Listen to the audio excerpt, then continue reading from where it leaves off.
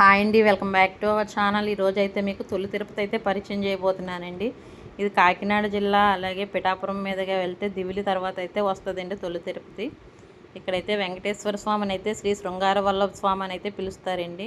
ఇవైతే గుడి టైమింగ్స్ అండి. ఈ టైంలో అయితే రావచ్చు ఎవరైనా వచ్చేవాళ్ళు. అందరూ కూడా స్వామివారిని అయితే దర్శించుకోండి. చాలా మహిమగల దేవుడండి. ఇదైతే ఎంట్రన్స్ అండి. మేమైతే సండే అయితే వెళ్ళాము. సండే వెళ్ళిన గురించి గుడి అయితే కొంచెం ఖాళీగా ఉన్నదండి. సాటర్డే అయితే అస్సలు ఖాళీ ఉండదండి. చాలా రష్గా ఉంటుంది గుడి. ఎక్కడెక్కడి నుంచో అయితే వస్తారండి ఇక్కడికి. తెల్లవారుజామున 3 గంటల నుంచి అయితే మొదలు పెడతారండి. గుడి 2 గంటల్లో 2:30 నుంచి అయితే తెరిచే ఉంటుంది సాటర్డే. అప్పటి నుంచి భక్తులు అలా వస్తూనే ఉంటారండి. సాయంత్రం 7, 8 అయ్యే వరకు అసలు గుడి అయితే ఖాళీ ఉండదండి. దూరం నుంచి వచ్చిన వాళ్ళకైతే భోజన సదుపాయం అది కూడా ఉంటుందండి. ఏం భయపడిన అవసరం లేదు.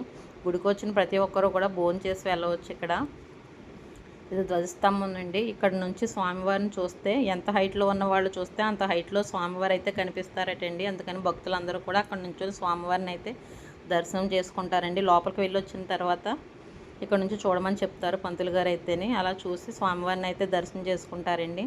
ఇప్పుడు నేను చూస్తే నా అంత హైట్లో, అలాగే చిన్న బాలుడు చూస్తే ఆ బాలుడు అంత హైట్లోనే కనిపిస్తారటండి స్వామివారు. మీరు కూడా దర్శించుకోండి ఒకసారి. స్వామివారిని చూపించాను.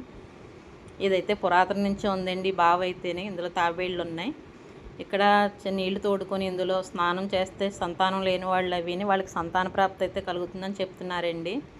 అదేవిధంగా ఉద్యోగం, విద్య ఏవైనా సమస్యలు ఉంటే కనుక నీళ్లు తోడుకొని 3 సార్లు బావిలో వేసి మన మీద జల్లుకొని ఒక కోరిక కోరుకుంటే కనుక ఆ కోరిక అయితే కంపల్సరీ అయితే నెరవేరుతుందటండి.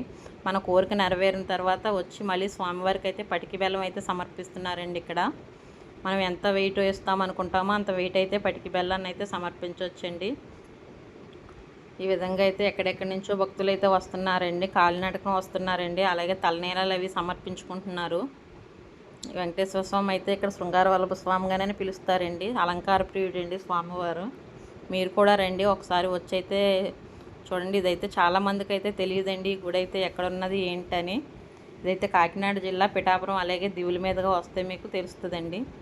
ఇదైతే కోనేరు. ఇక్కడైతే చక్కెర స్నానాలు అవి చేస్తారండి స్వామివారికి. చెప్తున్నాను కదా, సాటర్డే అయితే మాత్రం చాలా రష్గా ఉంటుందండి. ఇప్పుడు సండే కాబట్టి ఖాళీగా ఉన్నది. ఇలా ఉండదండి అసలు. సాటర్డే చాలా రష్ ఉంటుంది. ఎక్కడెక్కడి నుంచో భక్తులు అయితే వస్తూ ఉంటారు.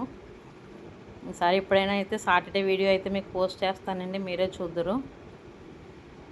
దూరం నుంచి వచ్చిన వాళ్ళు అయితే కంపల్సరీ భోజనం చేసి వెళ్ళొచ్చండి. ఎవరు భయపడిన అవసరం లేదు. స్వామివారిని దర్శించుకుని భోజనాలు చేసి వెళ్ళొచ్చు. ఇదైతే స్వామివారి స్థల పురాణం అండి. ఇదైతే దేవుళ్ళు కట్టిన గుడి అండి. పిల్లలు లేని వారికి పిల్లలు, అలాగే చిన్నపిల్లలు చూస్తే చిన్నపిల్లలు అంత హైట్లోని, పెద్దవాళ్ళు చూస్తే పెద్దవాళ్ళు అంత హైట్లోనే కనిపిస్తారని అయితే చెప్తున్నారండి. స్వామివారు అయితే చిరునవ్వులతో చిందిస్తూ ఉంటారండి. మీరు కూడా దర్శించుకోండి.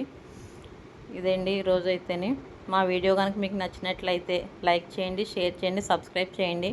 Thank you for watching video. Govinda Govinda.